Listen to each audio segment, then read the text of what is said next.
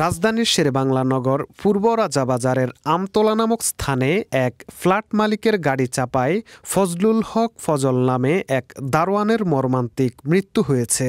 বৃহস্পতিবার সকাল 7:30টার দিকে এই দুর্ঘটনা ঘটে। নিহত ফজলের গ্রামের বাড়ি ময়মনসিংহে।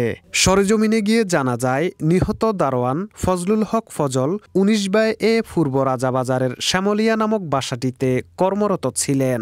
বিষয়টি নিশ্চিত করেছেন শেরেবাংলা নগর থানার উপপরিদর্শক SI আনোয়ার হোসেন খান।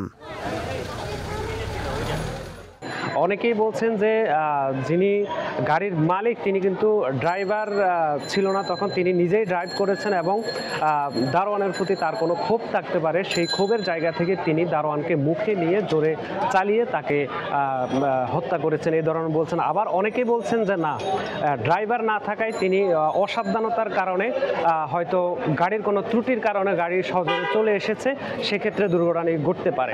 তো এই বিষয়ে আমরা বিস্তারিত জানানোর চেষ্টা করব। স্থানীয় প্রত্যক্ষদর্শীরা জানায়, সকালের দিকে পূর্ব রাজাবাজারের ওই বাসা থেকে সাবেক BWO কর্মকর্তা ইঞ্জিনিয়ার মুক্তিযোদ্ধা মফিদুল ইসলাম গাড়ি বের করছিলেন। এই সময় তিনি তার গাড়ির ড্রাইভারের সাথে রাগারাগি করে একাই দ্রুত গাড়ি নিয়ে বের হতে গিয়ে বাসার গেট ভেঙে ফেলেন এবং দারোয়ান ফজলুলকে চাপা দেন। অতিরিক্ত আঘাত ও রক্তক্ষরণের ফলে ঘটনাস্থলেই তার মৃত্যু হয়। কেউ কেউ বলছেন, ইঞ্জিনিয়ার মফিদুল ইসলাম উগ্র মেজাজের মানুষ।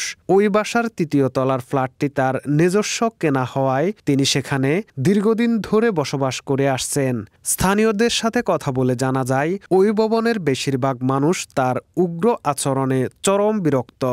দারোয়ানের উপর কোনো কারণে ক্ষোভের জায়গা থেকেও এমন কাণ্ড চালাতে পারেন বলে মনে করছেন তারা। বাহিরের দিকে তাকায় রয়েছে, পিছন দিক দিয়ে গাড়িটা আইসা মনে করেন গেট মেট সহ বাইরে। উনি গাড়ির ভিতরে বসা ছিল আর দারোয়ানটা ছিল ওয়ালের সাথে লাগানো গাড়ির ভিতরে। ওনার দিকে আবার উনি টাইনা বার করছে, মালিকে বার করে হসপিটালে রিক্সা উঠাই দিচ্ছে, হসপিটালে নিয়ে যেতে। আর উনি পরে আবার কোথায় গেছে আমি গাড়িতে উনি আবার চলে গেছে। একটা গেট ভেঙে নিচে পড়ে আছে, আরেকটা গেট একদম বিদফুটে ভাবে আছে। আর গাড়িটা একদম ওয়ালে মনে সজোরে আঘাত করছে, সামনের দিক পুরো ভাঙা। গাড়ির ওই পাশে মানে বাম পাশে একজন লোক নিচে এমনভাবে পড়ে আছে, মানে একদম গুমড়ে মুচড়ে একদম, বলে মানুষটাকে আর চেনা যাচ্ছে না। মানে মানুষের শুধু শরীরে একটু পাড় দেখা গেছে, রক্তের নিচে একদম পুরাটা রক্তে ভরে গেছে। গেট খোলার সময় দাঁড়িয়ে আসলো, এখন হেমনে থেকে গাড়িটা আসছে গেটে সুদ্ধা আইনে মাইরে দিছে বাড়িওয়ালা। হ্যাঁ, বাড়িওয়ালা মাইরে দিছে হেমনে থেকে ডাইরেক্ট সুদ্ধা করে নেয়, ধাক্কায় গাড়ি ড্রাইভার নিয়ে ওয়ালের সাথে লাগাইছে মাইরে। ছেলেটা গাড়ি তলে করে মরে লইছে, মানে একটা মানুষ উঠায় না। হ্যাঁ, ছেলেটা দাফড়াইতেছে, একটা মানুষ উঠে না। সিকিউরিটি গাড়ি ছেলেটা নিয়ে ওদের হাসপাতালে ভর্তি করাইছে। হ্যাঁ, পরিচিত খালত তো ভাই। তারপরে আবার কাজ করে বাসার কাজ করে বাচ্চা আছে বেডো, বুঝছেন, 2টা বাচ্চা। ওর আমরা বিশ্বাস চাই। ঝামেলা ছিল মানে কি বলতে পারি নাই, তার বলে এমনই বলে বাড়িওয়ালা বলে এমনই করে বলে। যেহেতু একটা লোক মারা গেছে, এটা প্রশাসনই বলবে এটা কি মার্ডার না এটা মানে একটা অ্যাক্সিডেন্ট, কোন দিকে মামলাটা যাবে। তো এটা তারা বিচার বিশ্লেষণ করে। আমরা সবাই চাই যে যাতে দরিদ্র একজন মানুষ মারা গেছে, অ্যাটলিস্ট তার পরিবার এবং তার জন্য যাতে কিছু করা হয়, এটা যাতে এইভাবেই পার না পায়। কারণ উনি অত্যন্ত দরিদ্র একজন মানুষ, যেহেতু সে একজন দারোয়ান। আর যার গাড়িতে মারা গেছে সে অবশ্যই বিত্তবান, যেহেতু তার গাড়ি আছে।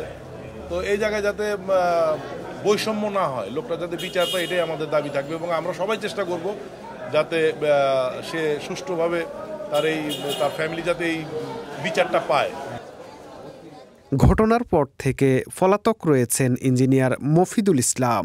SI আনোয়ার হোসেন খান বলেন, আমরা ঘটনাস্থলের CCTV ফুটেজ পেয়েছি।